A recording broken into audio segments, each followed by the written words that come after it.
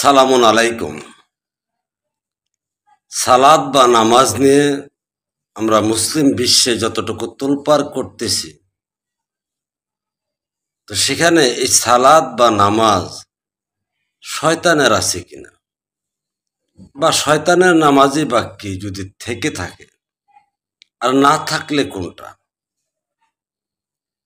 তো সর্বপ্রথম আসুন আমরা জানি যে আমাদের সমাজে যে প্রচলিত নামাজ আমরা দেখতেছি, তার মূল ভিত্তি হচ্ছে সেজদা, যার ভাষায় বলা হয় সিজাদ। তো সেজদা ওই নিদর্শন বা সাক্ষ্য দিচ্ছেন যে আল্লাহকে সেজদা দেওয়া সালাত বোঝাচ্ছেন। কারণ কোরআনে যত জায়গায় সেজদার কথা বলেছেন, আল্লাহকে সেজদার কথায় বলা হচ্ছে। চন্দ্র, সূর্য, গ্রহ, তারা, নবমণ্ডল, ভূমণ্ডলের সকল কিছুই আল্লাহর কাছে সেজদা অবনত আছেন। আবার মনুষ্য জাতির জন্য, পার্থিব জীবনের জন্য এই সেজদার বিধান শুরু হয়েছেন আদম আলাইহিস সালাম থেকে, যা সূরা বাকারার 34 নম্বর আয়াত। এই সেজদা থেকে আল্লাহর আনুগত্যকারী বা সেজদাকারী দেখানো বা বোঝানো হয়েছেন। আবার এই সেজদা না করাকে কাফের কিংবা শয়তান আখ্যা দিয়েছেন। তো যারা সেজদা দিয়েছেন তারা আল্লাহর নির্দেশ বা আল্লাহর প্রত্যক্ষ হুকুম মেনেছেন। আর যারা সেজদা দেননি, যিনি দেননি মুকরুম বা আজাজিল, তিনি শয়তান কিংবা কাফের। এই যে আল্লাহর হুকুম অমান্য করে নিজের ইচ্ছাকে সামনে আনলেন, অর্থাৎ আল্লাহর ইচ্ছাকে মানবেন না, নিজের ইচ্ছাকে প্রাধান্য দিয়েছেন, সেটাই শয়তান বা শয়তানের কাজ কিংবা শয়তানের নামাজ।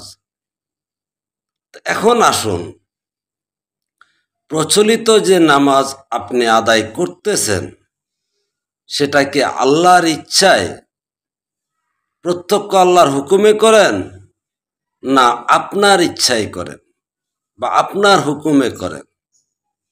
যদি আল্লাহর হুকুমে করেন, তাহলে আপনার এটা আল্লাহর আনুগত্য করা বা আল্লাহর কাছে নত হওয়া, আল্লাহর কাছে সেজদা দেওয়া কিংবা নামাজ, তা বরাবর।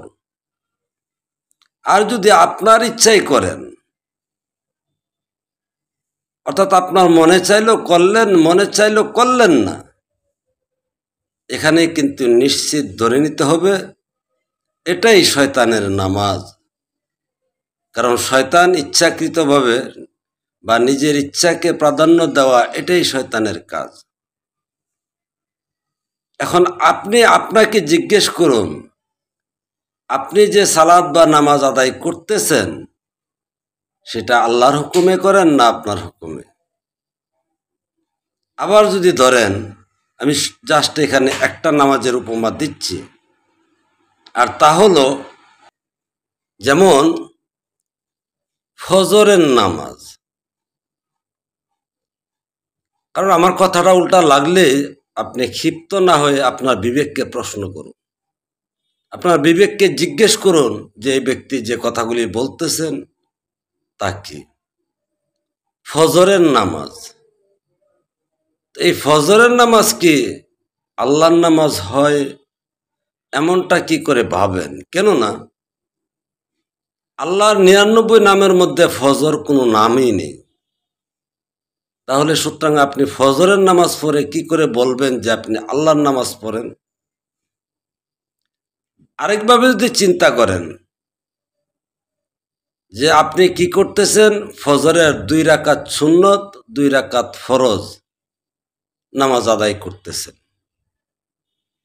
আদৌ কি কোরআন থেকে কেউ বলতে পারবেন এই ফজরের 2 রাকাত ফরজ, 2 রাকাত সুন্নত এমন কোনো নামাজ আছে কিনা? কেউ দিতে পারবেন না। শুধু বাংলাদেশ বলে নয়, পৃথিবীর এমন কোনো ব্যক্তি নেই তিনি বলতে পারবেন যে ফজরের 2 রাকাত সুন্নত 2 রাকাত ফরজ কোরআনে বিন্দু মাত্র কোনো উল্লেখ আছে কিনা? নেই। তাহলে এখানেও কিন্তু ধরে নিতে হয় এই ফজরের 2 রাকাত সুন্নত এবং 2 রাকাত ফরজ তা কোরআন বহির্ভূত। তো কোরআন বহির্ভূত নামাজকে আপনি কোন দলিলে বাস্তবায়ন করবেন বা প্রতিষ্ঠা করবেন যেটা আল্লাহর নামাজ? আল্লাহর নামাজই যদি হতেন তাহলে আপনি বলতেন যে আমি আল্লাহর নামাজ আদায় করে এসেছি বা আল্লাহর নামাজ আদায় করতেছি, কিন্তু বাস্তবতায় আপনি কি বলেন? ফজরের নামাজ আদায় করতেছেন, যেহেতু 99 নামের মধ্যে আল্লাহর ফজরের কোনো নাম নেই। তো তেমনি ভাবে এই ফজরের নামাজে আপনি মনে চাইলে ঘুম থেকে উঠে যান মসজিদে, কিংবা আপনার ঘরের ভিতরে কোনো বিছানার মধ্যে আপনার মতো করে আদায় করুন।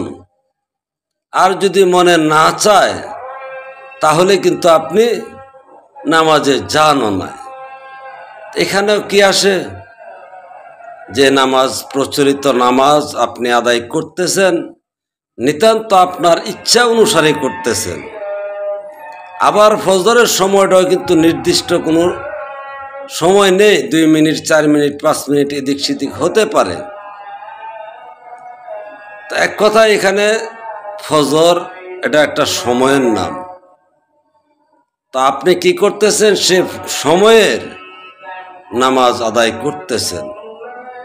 কিন্তু এখানেও তো বলতে পারবেন না যে ফজরের সময়টা আল্লাহর কোনো নামের বা আল্লাহর কোনো নিদর্শনের। তো বলতে পারেন যে এই ফজরের নামাজ কি কোরআনে নেই? না, কোরআন তো বলেছেন সকাল সন্ধ্যা আল্লাহকে স্মরণ করার জন্য, আল্লাহর সাথে সংযোগ করার জন্য, আল্লাহর কিতাব পাঠ করার জন্য।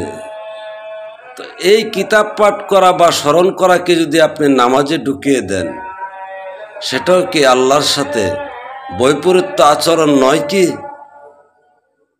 তো সুতরাং এই সমস্ত আলোচনা থেকে একটা জিনিসে আপনি আপনাকে প্রশ্ন করুন, যেটা কি আপনি সময়ের নামাজ পড়তেছেন না আল্লাহর নামাজ পড়তেছেন? এখানে কি আল্লাহর ইচ্ছা অনুসারে আপনি এই নামাজ আদায় করতেছেন না আপনি আপনার ইচ্ছা অনুসারে আদায় করতেছেন? এখান থেকে আপনি নিশ্চিত হতে পারেন যে আসলে এখানে কি শয়তানের নামাজ আদায় করতেছেন না আল্লাহর নামাজ আদায় করতেছেন।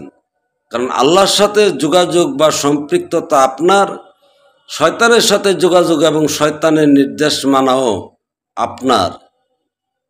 তো সুতরাং আপনি সিদ্ধান্ত করে আপনার ফয়সালা আপনারই আসতে হবে, আপনি কি আল্লাহর বান্দা হচ্ছেন না শয়তানের বান্দা হচ্ছেন।